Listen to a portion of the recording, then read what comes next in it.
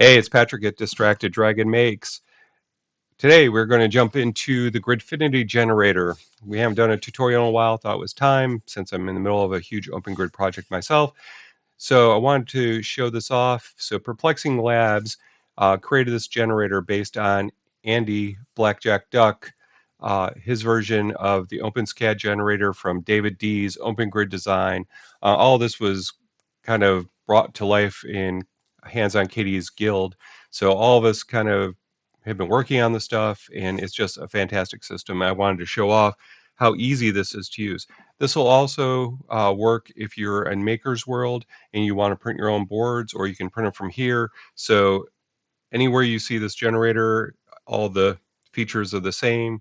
So I have links to the Maker World site as well as Gridfinity generator, so you can look at them or use whatever you want.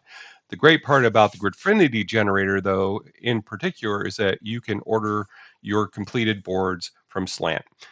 So Slant 3D. So this is a great easy button method if you want to have a, especially in a large open grid installation like I'm doing.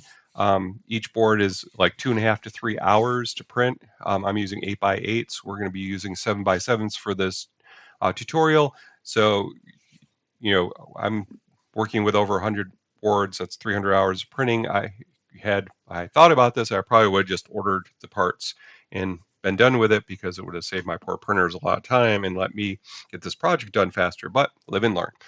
All right, so here we go. So OpenGrid is a great system. You can use it in the bottom of drawers to organize. You can use it on walls to hang things.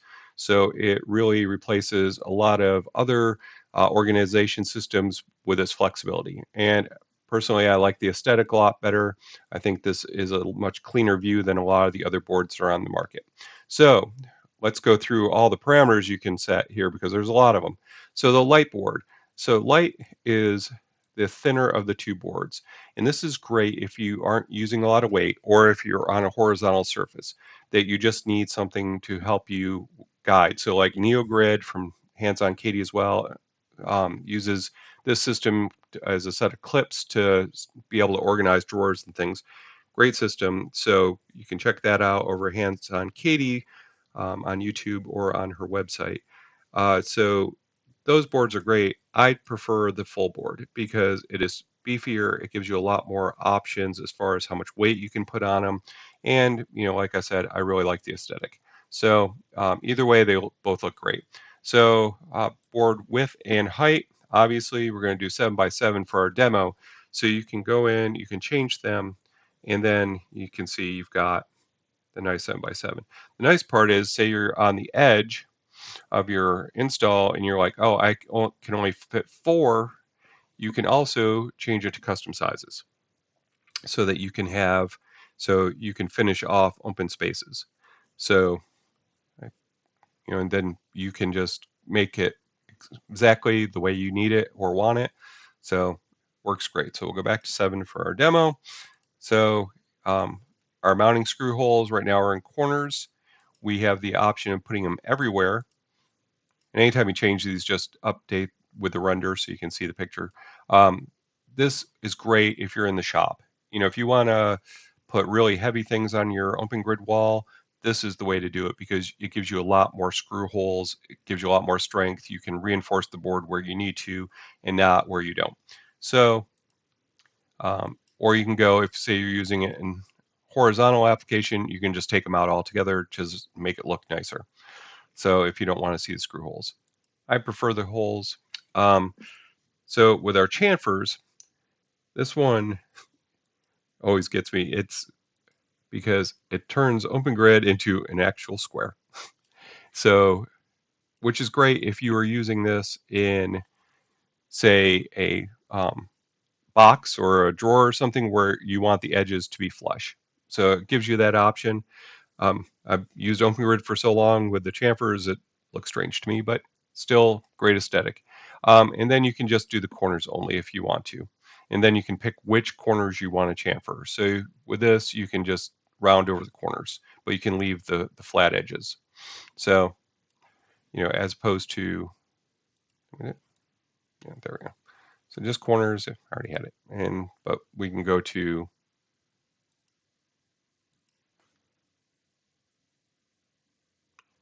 you can see it's just gives you the basically the same thing, but it makes it just a little nicer. You get the chamfers on the whole board. So that tends to be what I do. So the next set of parameters are the connectors and the sides. So what this is for is you can print out interboard clips that will help keep the panels together. I find this really useful when you're doing long runs. So if you're doing like 5, 6 boards, you clip them together, and that way, while you're screwing it on the wall, the clips hold it in place while you're working. So great option if you are like you may want to go ahead and turn them off. Um, if you were like, oh, I just want to, helps if we click it. Um, if you were like using it on the edge of a board, or you just didn't want to bother with clips, you can just go ahead and turn them off. So I like the clips, so I usually leave them on.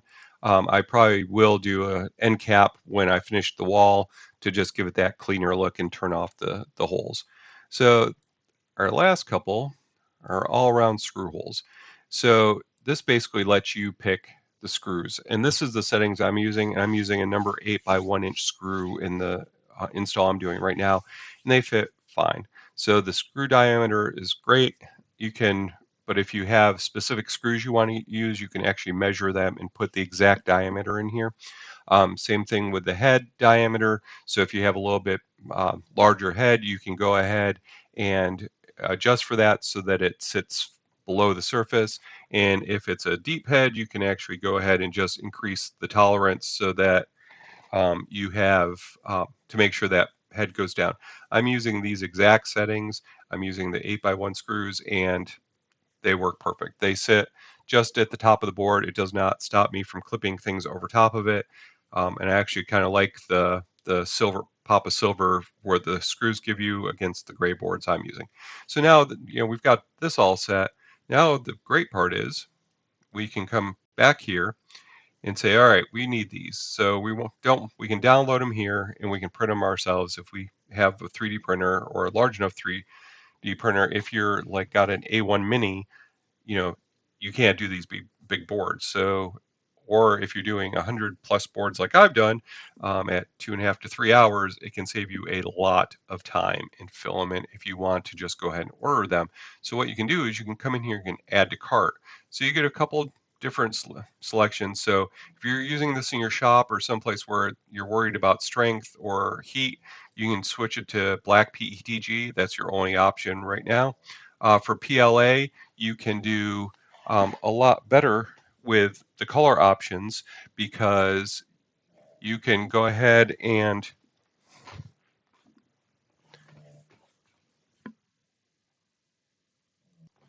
so you can pick from a large array of colors. I'm not going to sit here and read them for you, but you can see you can get anything. So whatever your aesthetic is, you want to do pink boards, do pink boards. You can do as many boards as you want. Now, I will say the limit to get these ordered is the 7x7 grid. So because of size limitations of the 3D printers.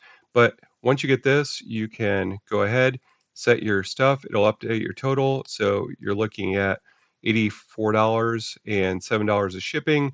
So $91 to get 10 boards, $9 a board. That's not too bad when you consider that, 3 hours of printing, you'd be spending that in time versus cash. So really just comes down to this makes the process a lot easier.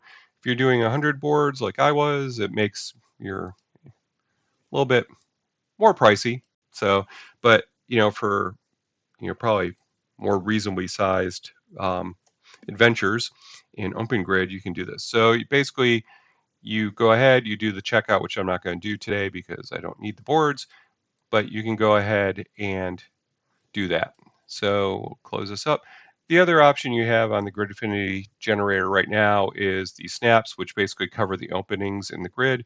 So you can do light or full, and then you can do, we'll render this so you can see how deeper that is. And then with the directional, that basically means that it'll go in anyway. With the directional on, it basically gives you more. You put that in you put the thicker side at the top of the board so that when weight is applied to it, it keeps it into the board better. So there you go. So like I said, this is just a great system. I really have been doing it. I'll have a video out here at some point, or already have, depending on when you're seeing this tutorial. And so you can go check out a couple projects I've done with openGrid. Um, if you have questions, leave them in the comments. Like and subscribe if you'd like to see more content like this. Um, what kind of open grid projects are you thinking of? I'm doing a display wall right now. Let me know. I'd love to see pictures, so please feel free to tag me at Distracted Dragon Makes on Facebook or Instagram. Have a great day.